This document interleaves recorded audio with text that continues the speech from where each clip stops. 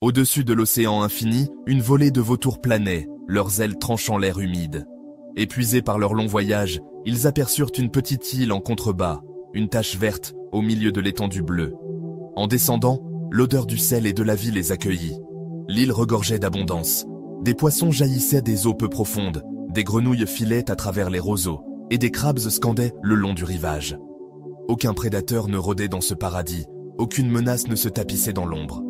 Les jeunes vautours, les yeux brillants de joie, ressentirent une bouffée d'allégresse. C'était un havre, un lieu où la faim ne les tourmenterait jamais, où la survie ne demandait aucun effort. Ils décidèrent de rester, convaincus que cette île offrait tout ce dont ils pourraient jamais avoir besoin. Parmi la volée se trouvait un vieux vautour, ses plumes usées par le temps et l'expérience. Ses yeux perçants scrutèrent l'île, notant la facilité avec laquelle la nourriture pouvait être trouvée, l'absence de danger. Mais au lieu du soulagement, une inquiétude silencieuse s'éveilla dans sa poitrine. Le vieux vautour avait vu le monde au-delà de cette île. Des forêts rudes où les tempêtes faisaient rage, où les proies étaient rares et où la survie exigeait ruse et force. Ces défis avaient aiguisé les instincts de la volée, affûté leurs ailes et forgé leur résilience. Cette île, avec son abondance sans fin, émousserait ses compétences durement acquises. Le vieux vautour savait que le confort pouvait être un poison lent. Les jeunes vautours, se prélassant dans leur paradis nouvellement trouvé, ne prêtèrent aucune attention aux inquiétudes du vieux. Ils se gavèrent de poissons, se reposaient au soleil et laissèrent leurs ailes s'ankyloser. Les jours se fondirent en semaines, et le rythme de l'île les berça dans un état quasi onirique. Voler devint une corvée lorsque la nourriture était à quelques pas. La vigilance semblait inutile, sans menace à l'horizon. Le vieux vautour, incapable de convaincre la volée, ressentit une douleur de tristesse. Il déploya ses ailes et s'envola, laissant l'île derrière lui. Il retourna dans la forêt lointaine, où la vie était impitoyable mais honnête, où la lutte maintenait l'esprit en vie. Des mois passèrent. Poussé par une lueur d'espoir, le vieux vautour revint sur l'île. En s'approchant, les cieux autrefois animés au-dessus de l'île étaient vides. Aucune forme sombre ne tournoyait en haut. Aucun cri rauque ne résonnait. Un silence lourd pesait sur la terre. En atterrissant sur le rivage, les yeux du vieux vautour se posèrent sur un jeune survivant, ses plumes déchirées, son corps marqué de blessures fraîches. Les yeux du jeune vautour, autrefois brillants de confiance, ne contenaient plus que de la peur. À travers ses mouvements fatigués, le vieux vautour reconstitua l'histoire de ce qui s'était passé. Un aigle solitaire était arrivé sur l'île, ses ailes puissantes jetant une ombre sur les rivages autrefois paisibles. Au début, les vautours l'avaient ignoré, trop habitués à leur sécurité pour percevoir le danger. L'aigle, cependant, les observait de près. Il remarqua leurs mouvements lents, leurs ailes affaiblies, leur manque de vigilance. La volée, ramollie par des mois de facilité, avait oublié comment voler haut, comment esquiver, comment se battre. L'aigle commença sa chasse, frappant avec précision et cruauté.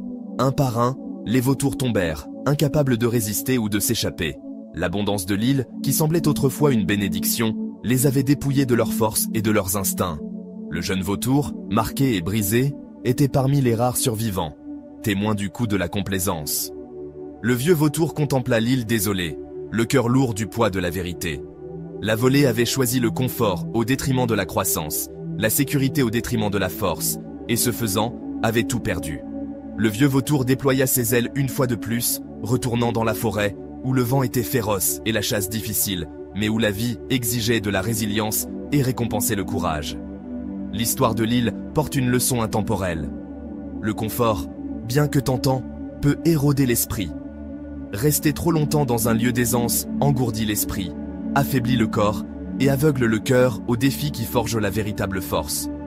La vie prospère non dans la stagnation, mais dans le mouvement, non dans la sécurité, mais dans la lutte.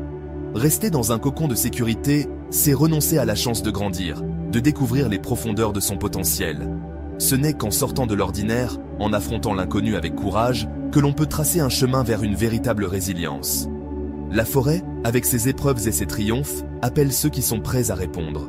Ce n'est pas un lieu d'abondance infinie, mais de possibilités infinies. Chaque tempête surmontée, chaque défi relevé, construit une fondation plus solide qu'auparavant. Les vautours qui ont péri sur l'île ne manquaient ni de nourriture ni d'abri. Ils manquèrent de la volonté de dépasser leur confort. Le vieux vautour, bien que seul, portait la sagesse de la survie. Un phare pour ceux qui pourraient un jour écouter sa leçon. Vivre, c'est bouger, s'efforcer, oser.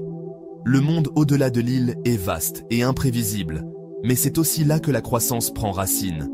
Les cicatrices de la lutte ne sont pas des marques d'échec, mais des insignes d'endurance. Elles racontent l'histoire d'une vie pleinement vécue, d'un esprit qui a refusé de se contenter de l'aisance alors que la grandeur était à portée de main.